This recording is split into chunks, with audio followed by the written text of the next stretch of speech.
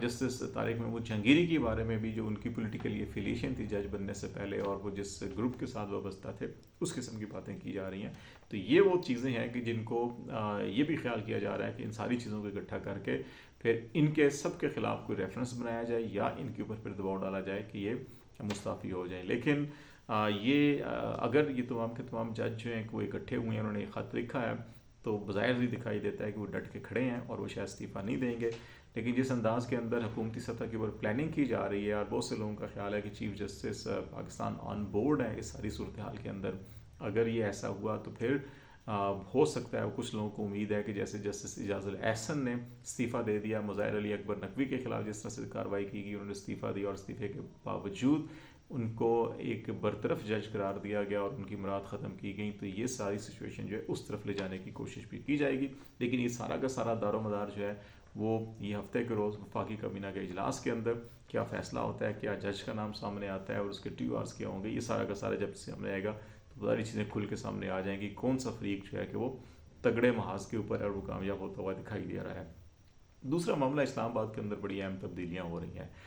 اسلام آباد کے آئی جی جو ہیں کہ بالآخر تبدیل ہو گئے ہیں. ان کو الیکشن کمیشن آف پاکستان نے بھی متعدد بار وفاقی حکومت کو کہا, ان کو تبدیل نہیں کیا گیا. ان کے اوپر پی ٹی آئی دور حکومت میں جو سیف سٹی پروجیکٹ تھا اس میں کافی ہیوی کرپشن کے الزامات تھے, اس کی تحقیقات بھی ہوئی تھی, وہ رپورٹ بھی آلموسٹ تیار ہو چکی تھی, لیکن پھر رجیم چینج ہوا اور ان کو جو ہے کہ پھر اسلام آباد کا آئی جی لگایا گیا تھا. اور پھر پی ڈی ایم کی حکومت کے دور میں آخری دور ایام کے اندر جو ہے کہ ان کی اس تمام انکوائری سے ان کو کلیئر بھی قرار دے دیا گیا تھا.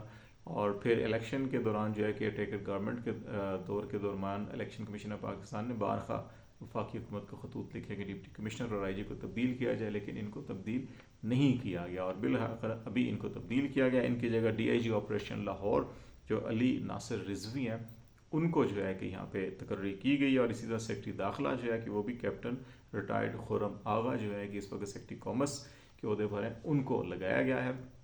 ان تقرریوں سے بھی کچھ اندازہ اس قسم کا ہوتا ہے کہ محسن نقوی صاحب اپنی حکومت کے اوپر گرفت مضبوط کر رہے ہیں اور شہباز شریف صاحب کی گرفت شاید اتنی مضبوط نہیں ہے. اسی لیے وہ اپنی گرفت مضبوط کرنے کے لیے انہوں نے دوسری طرف جو ہے کہ جو مشترکہ مفادات کونسل ہے اس میں یہ سارے کے سارے معاملات جو صوبوں کے درمیان طے ہونے ہوتے ہیں وہ مشترکہ مفادات کونسل کرتی ہے. اس میں فائنانس منسٹر کا ہونا بڑا ضروری ہوتا ہے, لیکن اس میں فائنانس منسٹر کو نہیں رکھا گیا. وہاں پہ وزیر خارجہ اور وزیر دفاع یعنی خواجہ آصف اور اسحاق ڈار کو رکھا گیا. یہ ان کی کچن کیبنٹ کے ممبر ہیں. تو اس کا مطلب ہے کہ جو صوبوں کے اندر جو فائنینشیل معاملات طے ہونے ہیں یا مفہوموں کے ساتھ جو طے ہونا ہے پولیٹیکلی, وہ نون لیگ اپنی کچن کیبنٹ کے اندر رکھنا چاہتی ہے. اور اس کے اندر جو ہے کہ جو طاقتور حلقوں کے پرائم وزیر خزانہ ہیں ان کو جو ہے کہ کوئی پاور نہیں دینا چاہ رہے, اس لیے ان کو یہاں سے نکالا گیا. پھر ای سی ایل کے کس کو ملک سے باہر جانے کی اجازت ہونی چاہیے, کس کو نہیں ہونی چاہیے, کس کے اوپر پابندی لگنی ہے, یہ ایک کمیٹی ہوتی ہے. اور اس کمیٹی میں وزیر داخلہ نہیں ہے, محسن نقوی صاحب نہیں ہیں.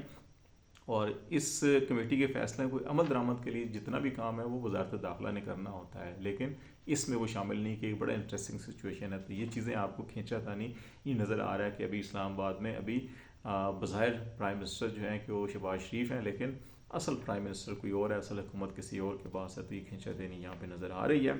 اور ایک اور آخری اہم چیز جو عمران خان کی جو پیغام تھا اس وقت جو آپ کو معلوم ہے شیر افضل مروت کے بیانات, عمیر نیازی کے بیانات, پھر ان کے اندر تلخ کلامی, مختلف متنازع بیانات اور مختلف جو چیزیں آ رہی ہیں اس کو کنٹرول کرنے کے لیے عمران خان کے نوٹس میں چیزیں آئیں. اور انہوں نے بیرسٹر گور کے ذریعے کور کمیٹی کو یہ پیغام بھیجا ہے کہ جو پالیسی سٹیٹمنٹ ہوں گے پارٹی کا پولیٹیکل یا کسی بھی معاملے کے اوپر, وہ صرف اور صرف رؤف حسن جو سٹیٹمنٹ جاری کریں گے اس کو پالیسی سٹیٹمنٹ تصور کیا جائے, باقی سب کی اپنی رائے ہوگی. اور ان کا ہے کہ اوائڈ کیا جائے اس موقع کے اوپر جو ہے متنازع بیانات یا اس قسم کی چیزوں سے.